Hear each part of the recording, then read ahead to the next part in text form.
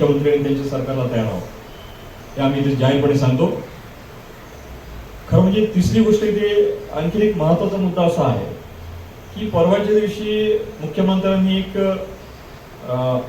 मनमानीच्या पलीकडे जाणारी एक जाहीर घोषणा केली आहे. माझ्या स्तराच्या व्यक्तीनं माझ्याबरोबर चर्चा करावी.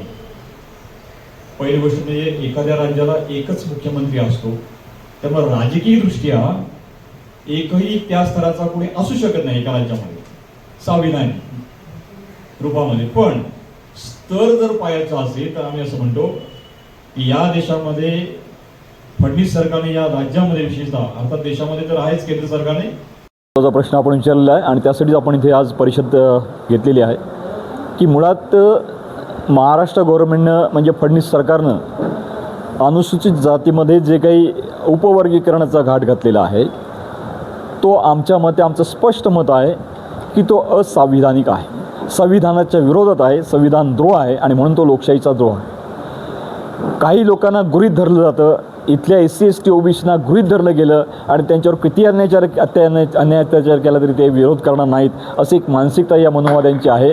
आणि म्हणून त्यांनी हा लोकशाहीच्या हाऊसमधून म्हणजे विधानसभेतून हा एक प्रयत्न चालवलेला आहे.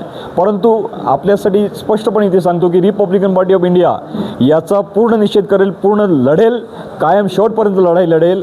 आणि ही लढाई यासाठी आहे की मुळात संविधानिकदृष्ट्या म्हणजे संविधानामध्ये अनुसूचित जातीच्या प्रवर्गामध्ये उपवर्गीकरण करता येत नाही असं खास कलम आहे. 338 कलम वाचा, 14, 16 सगळी वाचा. या रेफरन्सने जर तुम्ही पाहिलं तरी या संविधानामध्ये अनुसूचित जातीच्या प्रवर्गामध्ये उपवर्गीकरण करता येणार नाही. यासाठी हा पत्रकार परिषदेचा आम्ही घेतलेली आहे. दुसरी गोष्ट, आंदोलनाबद्दल विचारलात. या आंदोलनामध्ये आम्ही ही सुरुवात म्हणून परिषद घेतलेली आहे. या परिषदेचा इशारा जर महाराष्ट्र गव्हर्नमेंट मानला आणि ते जर मागे घेतलं उपवर्गीकरण तर आमचं पुढचं आंदोलन आम्ही टाळू किंवा थांबवू. पण जर तसं झालं नाही तर आम्हाला हे आंदोलन महाराष्ट्र राज्यामध्ये सर्व अगदी दूरदूरच्या कानाकोपऱ्यापर्यंत घेऊन जावं लागेल. आणि संपूर्ण महाराष्ट्र राज्यातून आम्हाला सातत्याने कॉल येत आहेत, आमच्या इथे कधी घेऊ, डेट्स फिक्स होत आहेत. तर त्या बाबतीमध्ये आम्ही ठामपणे सांगू शकतो की अगदी सुरुवातीचं आम्ही 28 तारखेला इथे आझाद मैदानामध्ये आम्ही सुरुवात करत आहोत या उपवर्गीकरणाच्या विरोधामध्ये. कारण या उपवर्गीकरणाच्या विरोधात का आहोत तर मग सांगितलं, एक तर हे असंविधानिक आहे, दुसरं म्हणजे या जातींना, अनुसूचित जातीच्या 59 जातींच्या अंतर्गत लढाई लावणं, संघर्ष निर्माण करणं, भांडणं निर्माण करणं आणि त्यांच्या एकमेकांपासून दुरावा निर्माण करणं म्हणजे द्वेष निर्माण करणं, मत्सर निर्माण करणं हा या गव्हर्नमेंटचा ब्राह्मणिक हवा आहे.